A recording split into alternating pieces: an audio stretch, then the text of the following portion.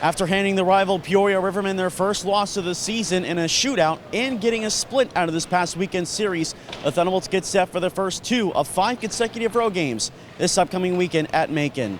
I'm Ty Pecoraro, and this is your look at the week ahead. Down 2-0 after the first period on Friday, the Thunderbolts played one of their best periods of the season and arguably in franchise history. In the first minute of the period, Taylor Macon would score by crashing the front of the net, making it 2-1. Just 3 minutes later, a rebound chance would lead to a goal by Austin Plevey to tie the game. And then the Thunderbolts would take a 3-2 lead as Kenton Helgeson would score on a hard angle shot, banking it off of Peoria goaltender Eric Levine and into the nets. Peoria would tie the game in the third period and force overtime, which led to a shootout. In the shootout, Derek Sutliff would score once and Austin Plevey would score twice as the Thunderbolts won the shootout in 6 rounds, winning the game 4-3. On Saturday, the Thunderbolts found themselves down 3-0 in the first period, starting another rally shortly thereafter. In the final minute of the first period, Helgeson would score once again on a shot from the point to make it 3-1. And then in the second period, Jacob Smith scored his first professional goal, a power play goal, to make it 3-2. The Thunderbolts nearly tied it in the third period as Derek Sutliff was denied by Jeremy Brodeur on a big net front deflection, but Peoria would hold on to win 3-2. The Macon Mayhem enter the weekend in 9th place in the SPHL with a 2-6-2 record, having lost their last 6 games. Their leading goal scorer is Marcus Ortiz, who has 6 this year, and point scorer leader Stephen Pierrog, who has 9 points.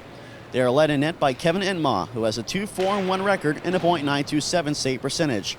Last year, the Thunderbolts went 0-3 against the Mayhem.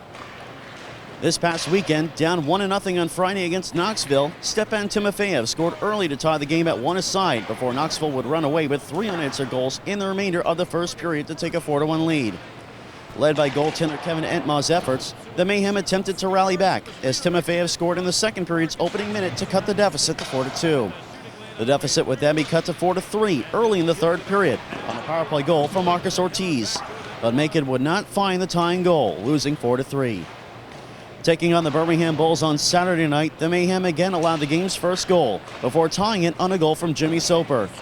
Kevin Entma made a big save on a penalty shot against Josh Scherz to keep it tied, but the Bulls would build a 3-1 lead over the course of the next 20 minutes.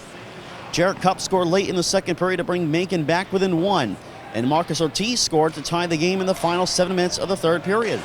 However, Birmingham would come back to score a power play goal only minutes later, then adding an empty net goal to win over Macon 5-3. The Thunderbolts had 5 transactions this past week. On Tuesday, goaltender Braden Osipchuk was returned from his call-up to the Cincinnati Cyclones. On Saturday, forward Tamiko Hanoun was released from his 3-game tryout and then re-signed to a standard contract yesterday, the 18th. Also yesterday, the Thunderbolts placed forward Zane Jones on 30-day injured reserve, and forward Brendan Robbins was placed on season-ending injured reserve. The Thunderbolts take on the Macon Mayhem this weekend on Friday at 6:30 p.m. Central Time and on Saturday at 6 p.m. Central Time. Both games are available to watch online on SPHL Live, or you can listen for free on the Thunderbolts Radio Network through EvansvilleThunderbolts.com, the Thunderbolts on MixLR, or on the official Thunderbolts smartphone app. You can also catch the action at the Thunderbolts official away game watch parties presented by Bud Light on Evansville's east side at the Courtyard by Marriott on Saturday. I'm Ty Pecoraro, and this is your look at the week ahead. We'll see you this weekend.